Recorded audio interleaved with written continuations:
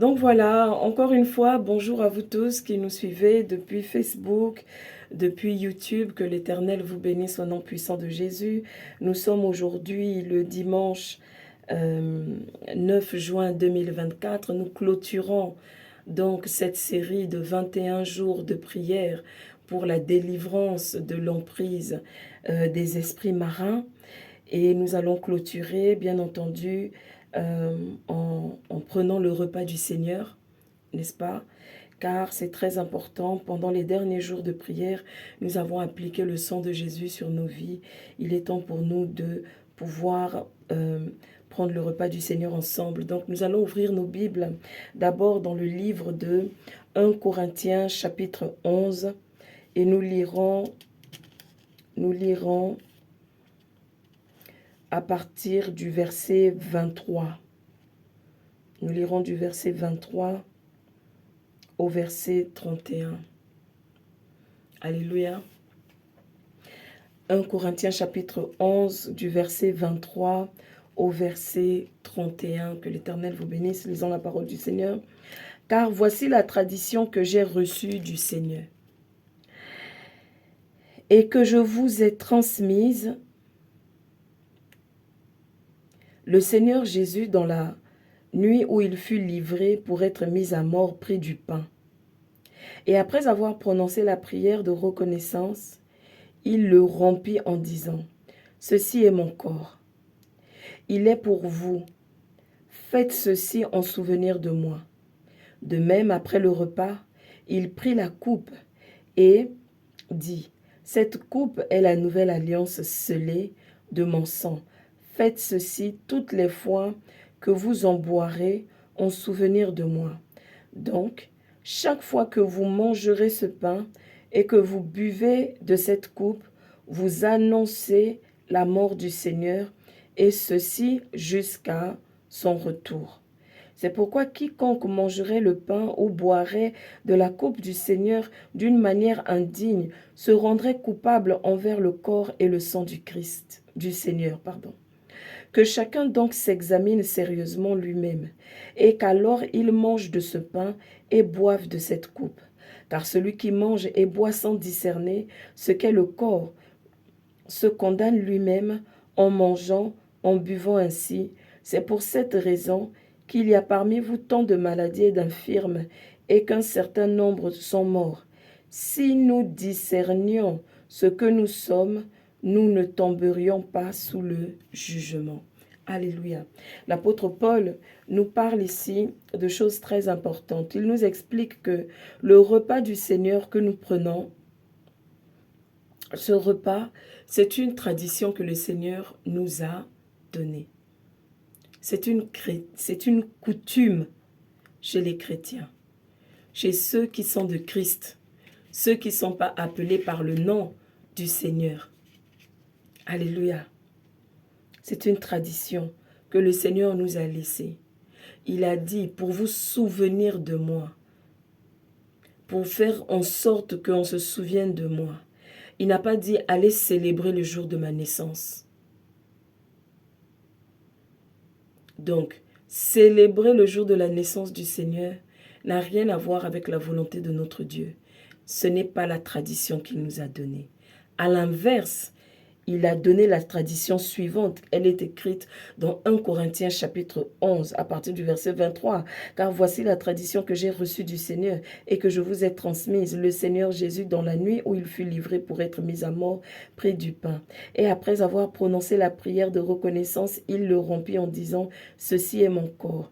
Il est pour vous. Faites ceci en souvenir de moi. » De même, après le repas, il prit la coupe et dit, « Cette coupe est la nouvelle alliance, scellée de mon sang. Faites ceci toutes les fois que vous boirez en souvenir de moi. » Donc, lorsque nous prenons le repas du Seigneur, pas la communion. La communion, c'est autre chose. Alléluia. La communion, c'est autre chose. Nous disons la communion parce que nous avons eu l'habitude d'aller à l'église catholique, on appelle ça la communion. Ce n'est pas la communion. La communion s'arrête au pain pour le peuple, n'est-ce pas? Donc, ce que nous faisons, ce n'est pas la communion. Ce que nous faisons, c'est le repas du Seigneur. Nous commémorons le repas du Seigneur en prenant nous-mêmes un repas. Alléluia. Voilà. C'est pourquoi,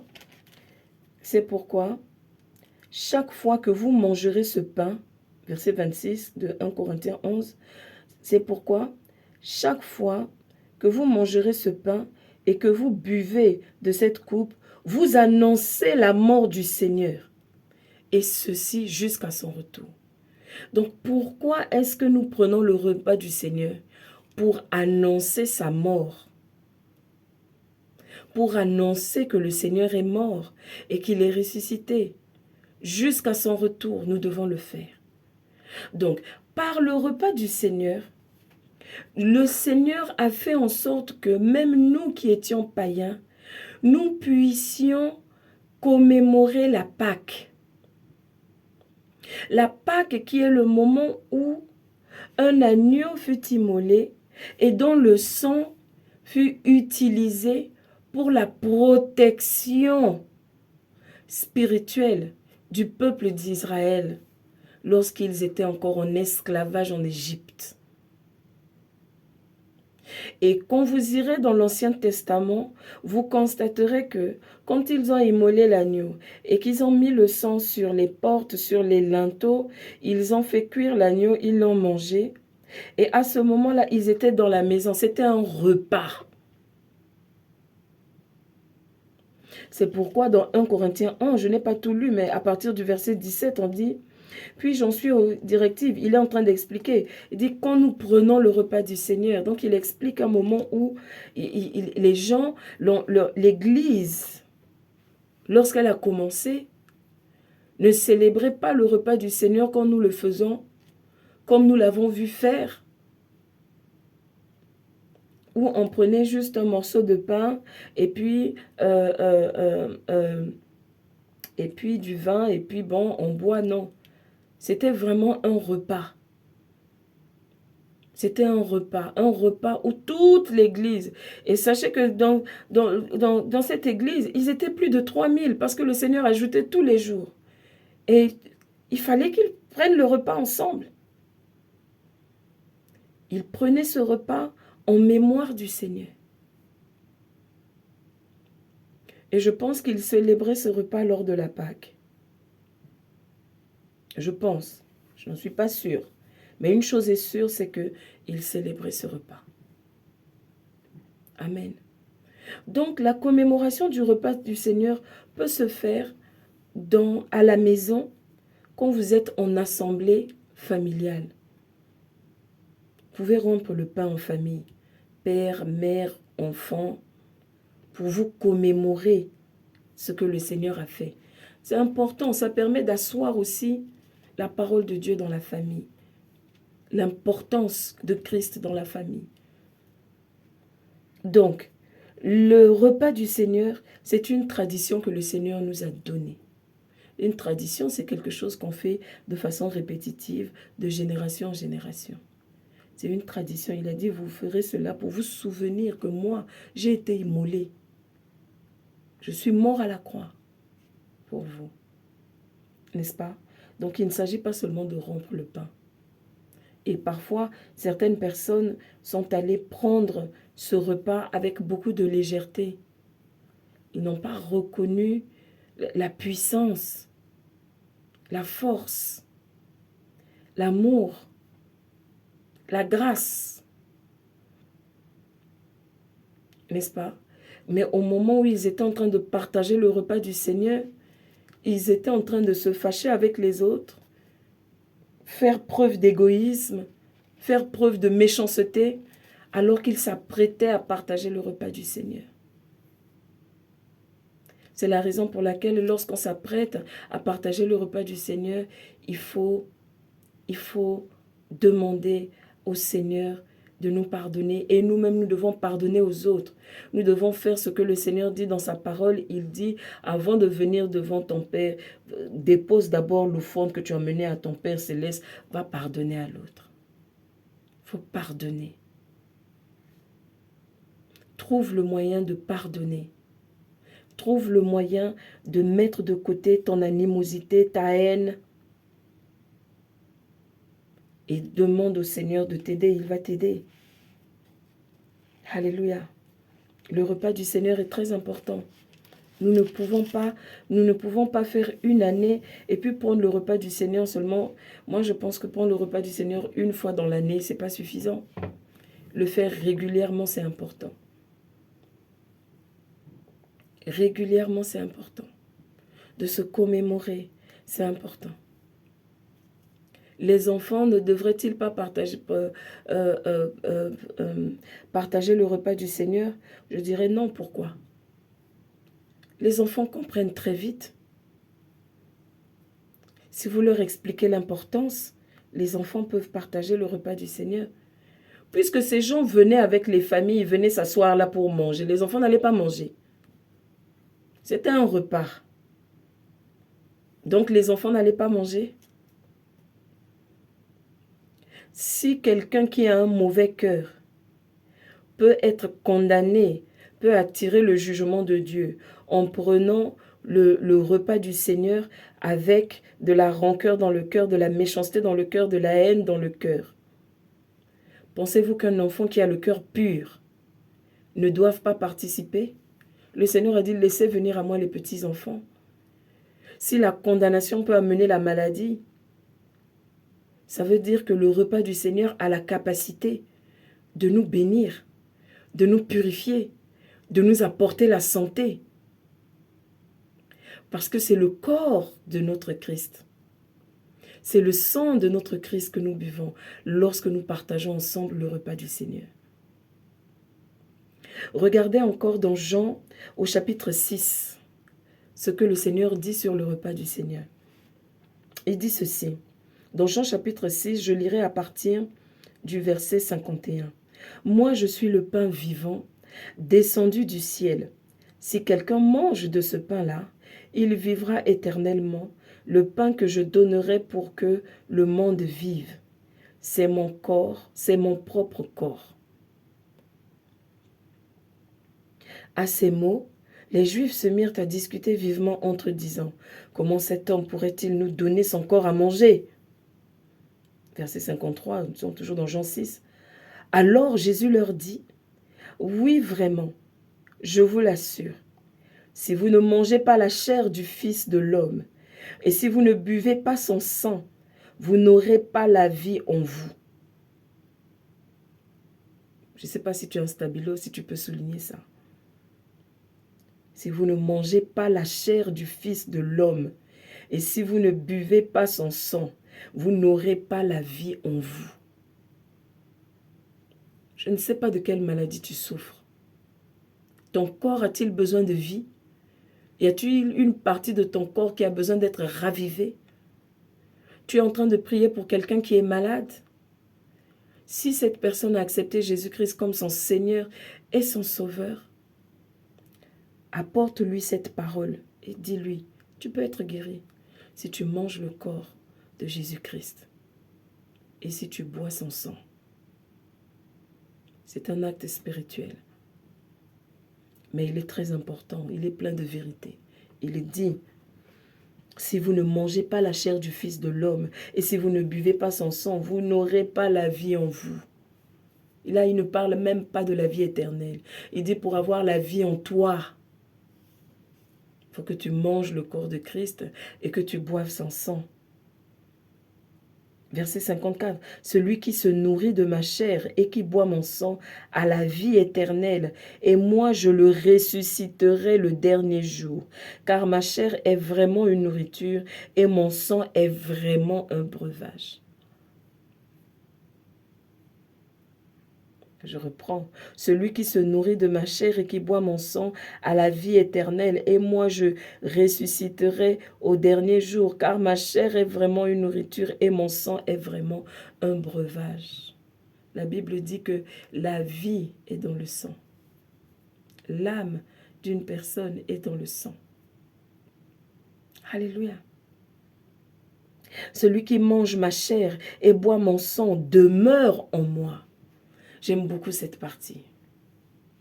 Celui qui boit mon sang et mange ma chair demeure en moi. C'est-à-dire qu'il est en moi. Il est en train de me manger, mais il est en moi. Au lieu même que ce soit lui qui soit en nous, nous sommes en train de manger sa chair et de boire son sang, mais il est en nous.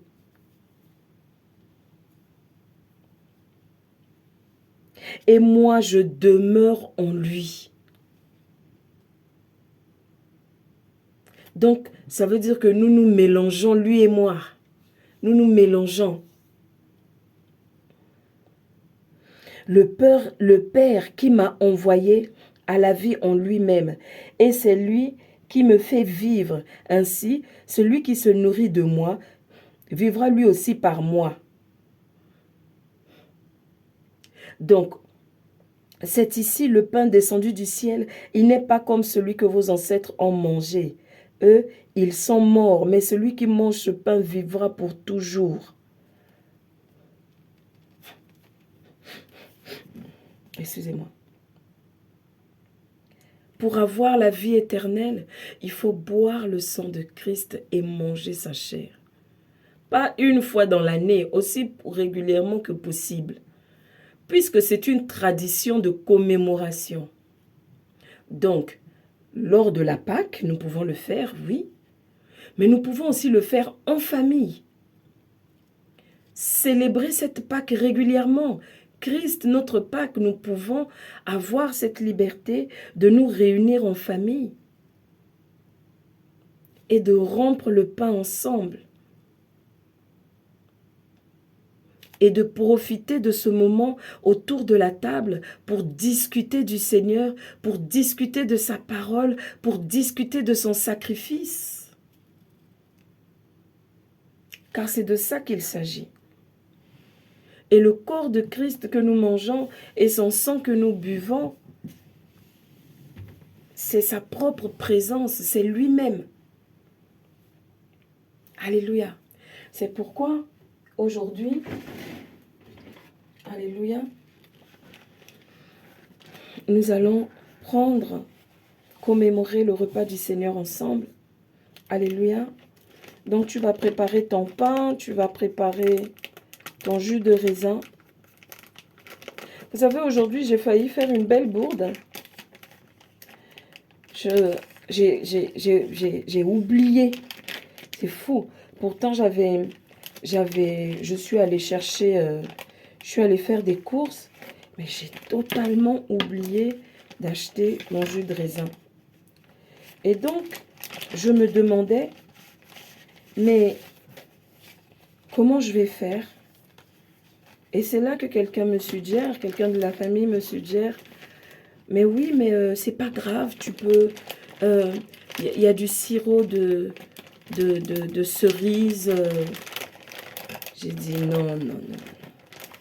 Pas le sirop de cerise. C'est le fruit de la vigne que notre Seigneur a utilisé, faisant de notre maximum pour respecter toujours la parole du Seigneur. Au maximum, pour le pain encore, tu peux prendre le pain que tu peux. Vous savez, même une fois, je me disais, non, bon, si tu n'as pas le fruit de la vigne, tu peux même boire de l'eau, etc. C'est vrai, hein, le Seigneur Christ, Jésus-Christ, il est l'eau de vie. Mais tant que cela dépend de toi, bats-toi pour avoir du pain. Bats-toi pour avoir du jus de raisin.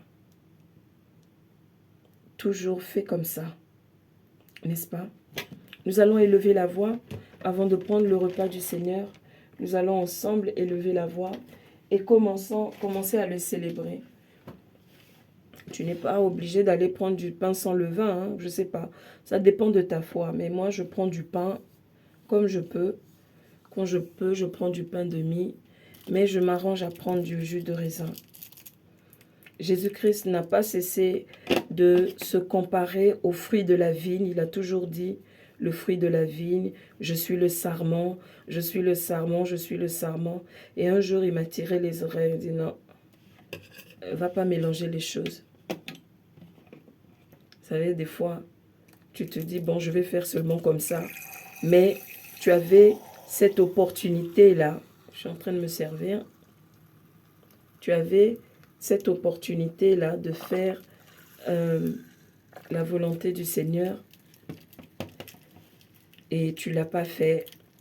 Donc, j'ai eu un problème de conscience. Donc, à 19h30, voilà moi dans toute la ville en train d'aller chercher mon jus de raisin. Et par sa grâce, 2 magasins fermés, mais le 3e était bien ouvert.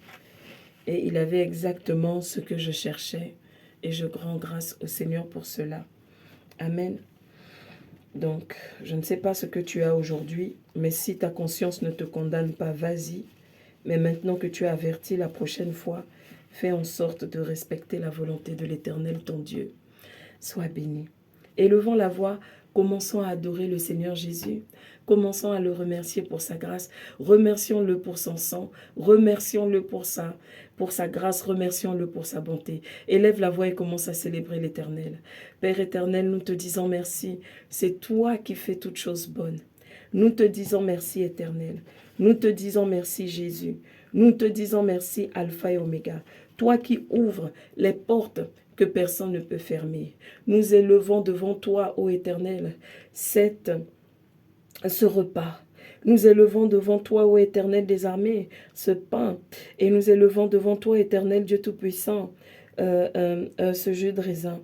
Éternel, nous te glorifions. Il n'y a pas de Dieu comme toi. Tu es l'alpha et l'oméga.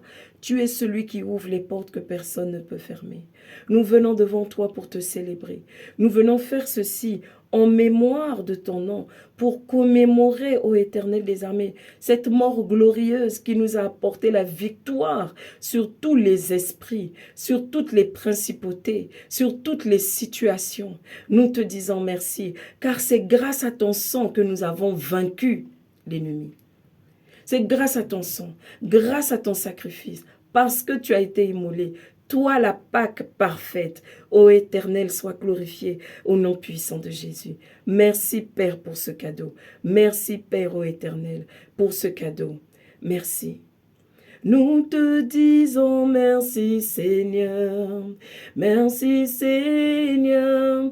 Nous te disons merci, Seigneur. Merci, Seigneur. Nous te chantons Alléluia. Alléluia, Jésus le roi des croix, le Seigneur des seigneurs. Comment ne pas t'adorer Jésus? Alléluia, Jésus le roi des rois, le Seigneur des seigneurs. Merci Père éternel au nom puissant de Jésus pour ton sang. Merci Père éternel au nom puissant de Jésus pour ton corps. C'est pourquoi, ô Éternel, nous venons te demander, ô Éternel, ta grâce. Nous venons implorer ta miséricorde. Mon frère, ma soeur, tu vas maintenant commencer à demander au Seigneur de te pardonner. Ces choses que tu as dites et faites qui n'ont pas glorifié son nom. Pardonne à ceux qui t'ont offensé.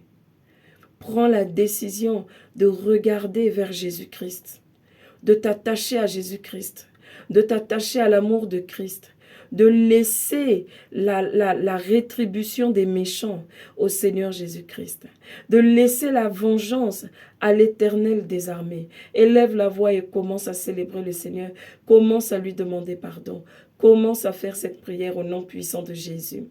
Amen. Ô Éternel, au nom de Jésus, je te dis merci pour ta grâce. Merci pour ta faveur divine.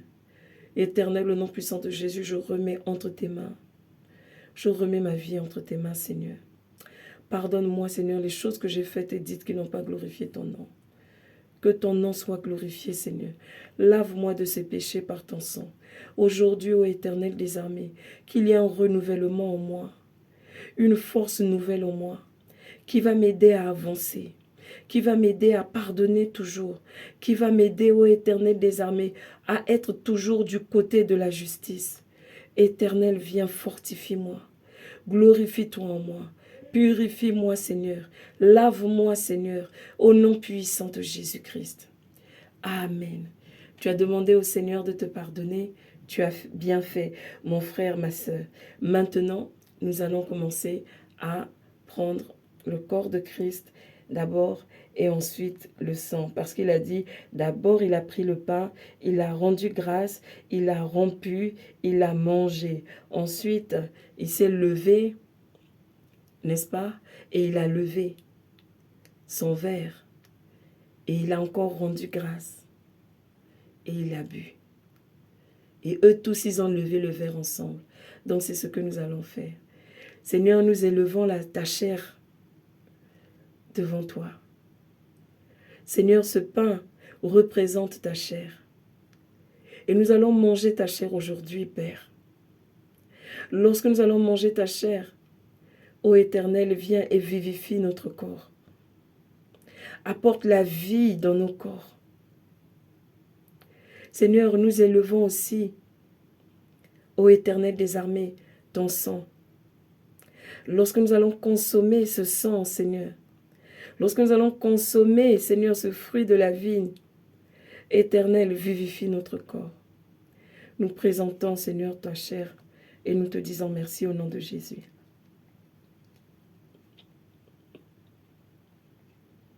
Amen.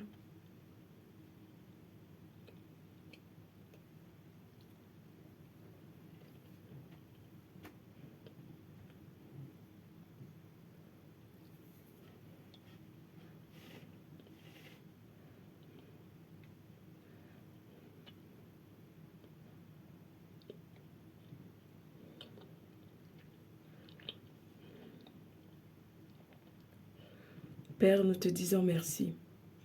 Nous te disons merci, ô Éternel, car tu nous vivifies, tu nous restaures.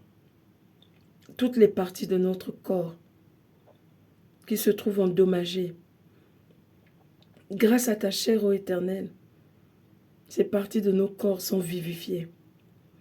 Maintenant que nous allons boire ton sang, nous te disons merci. Grâce à ce sang, aujourd'hui, nous avons la victoire.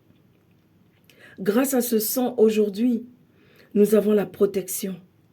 Grâce à ce sang, aujourd'hui, nous pouvons revendiquer notre territoire, car tu l'as obtenu pour nous. Ta parole dit que ton sang a obtenu pour nous la richesse, la guérison, la délivrance, la joie, la paix. C'est pourquoi nous te disons merci pour ce sang, au nom de Jésus-Christ. Amen.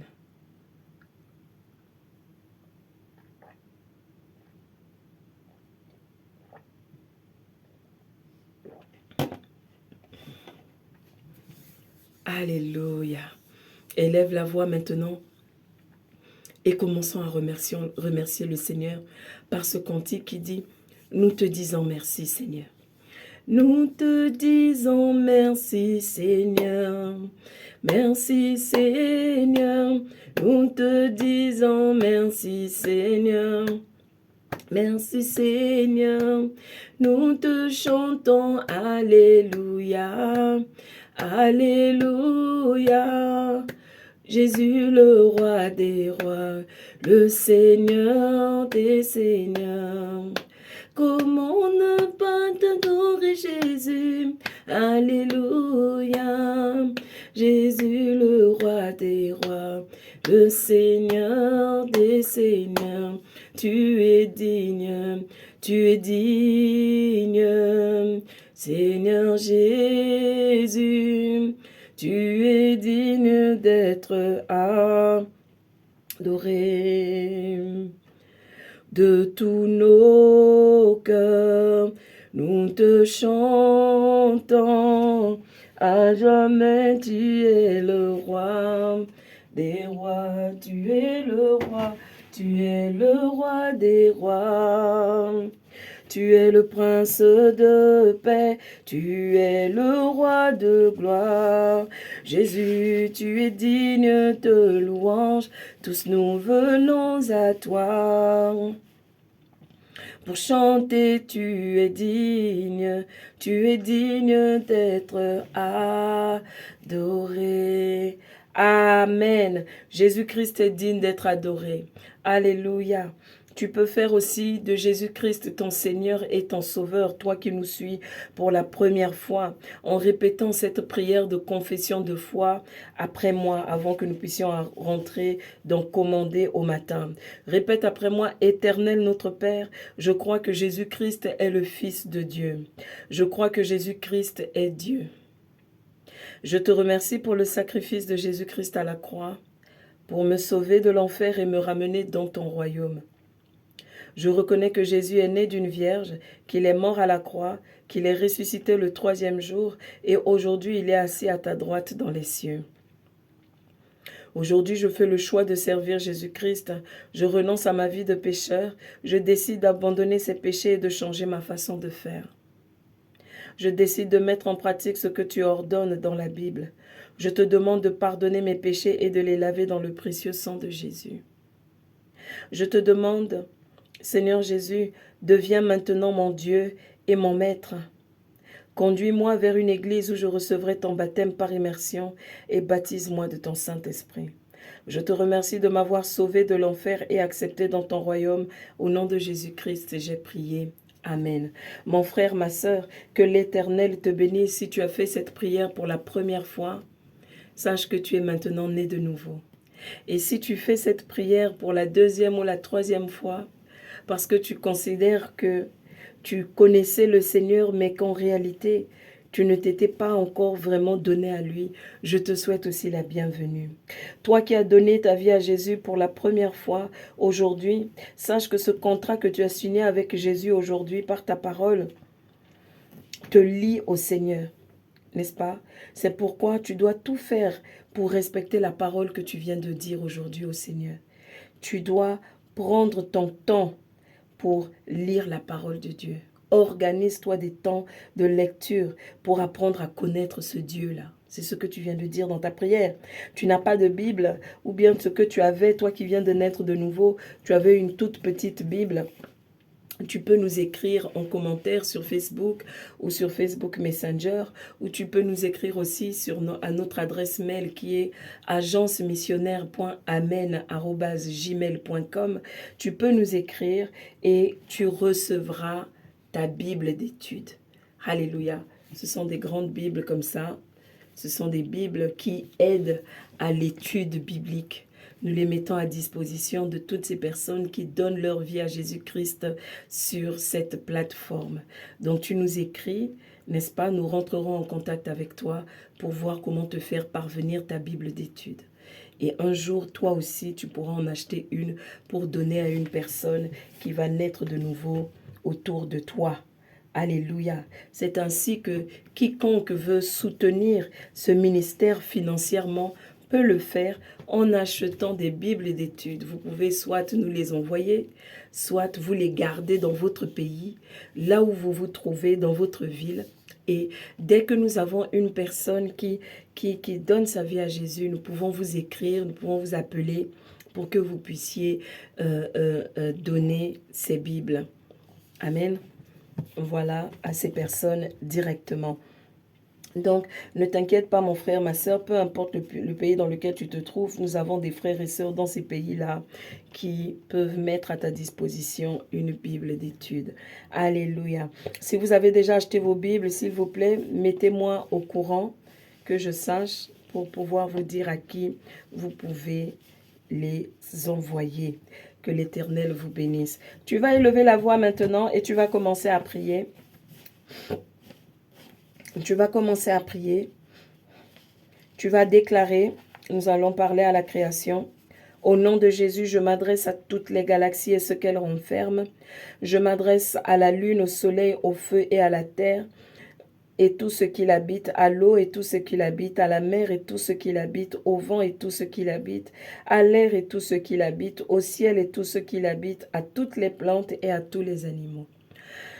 Au nom de Jésus, je prends autorité sur ce jour et je vous ordonne, vous tous que je viens de citer, refusez votre aide et réfutez toute incantation ou malédiction prononcée en utilisant votre énergie contre ma vie, contre la vie des membres de ma famille, contre la vie de mes amis, contre la vie de mes frères et sœurs dans le Seigneur, contre la vie de mes collègues, contre la vie de mes voisins et quiconque est sous le son de ma voix. Élève la voix Fais cette prière avec beaucoup de ferveur. Adresse-toi à la création tout entière. Ordonne. Tu dis, j'ordonne à l'aurore de s'emparer des extrémités de la terre et d'en secouer les méchants, et que tout bras prêt à agir contre moi ou mes proches soit brisé au nom puissant de Jésus. Aurore, ne permets pas à mes ennemis de prononcer une quelconque incantation contre moi ou mes prières. Que tous ceux qui se lèvent dans la nuit pour voler les bénédictions des gens, tous ceux qui se positionnent à l'aurore pour voler les bénédictions des gens, au nom puissant de Jésus-Christ, soyez détruits par les premiers rayons solaires qui vont apparaître à l'aurore. Dès que l'aurore apparaîtra, que l'aurore ne vous fasse pas de cadeau au nom puissant de Jésus. Tu vas encore prier et tu vas dire, Seigneur, aujourd'hui est le jour que tu as fait. Je vais aller te célébrer, je vais te célébrer, c'est le jour du Seigneur aujourd'hui.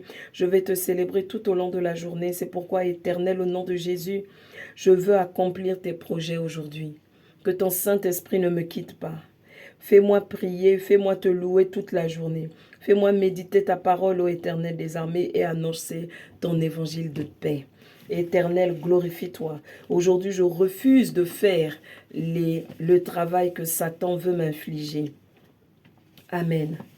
Commence à prier. Commence à prier. Nous allons maintenant prier pour les nations. Nous allons nous souvenir de ces nations où il y a des guerres, des bruits de guerre. Ces nations où il y a la famine. Ces nations où il y a toutes sortes d'épidémies. Ces nations où il y a des pandémies, où il y a des catastrophes naturelles. Ces nations où l'évangile n'est pas prêché. Élève la voix et commence à prier. Père éternel, au nom puissant de Jésus, viens au secours de nos frères et sœurs qui se trouvent parmi ces nations. Éternel, au nom puissant de Jésus, glorifie-toi dans la vie de ton peuple. Manifeste ta grandeur, Seigneur. Manifeste ta grandeur, Père, au nom de Jésus.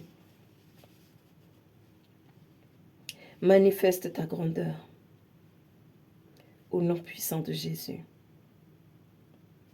Que ta vérité éclate sur ce qui cause réellement tous ces conflits, tous ces problèmes, afin que beaucoup soient délivrés. Seigneur, relève ceux qui ont les esprits abattus, ceux qui sont dans la détresse, qui ont le cœur brisé. Fortifie nos frères, Père, au nom de Jésus. Amen. Tu vas maintenant prier comme ceci et tu vas dire, Seigneur, je me couvre du sang de Jésus. Je me couvre du sang de Jésus tout au long de cette journée. Pendant que je vais aller à l'église aujourd'hui, Seigneur, que ta parole me dirige, que ta parole me guide.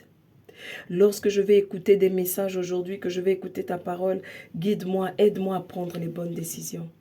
Conduis-moi dans la voie que je dois suivre, au nom de Jésus. Amen. Que l'Éternel te bénisse. Je te souhaite un très bon dimanche en famille. On se retrouve demain lundi à 1h du matin. Sois béni.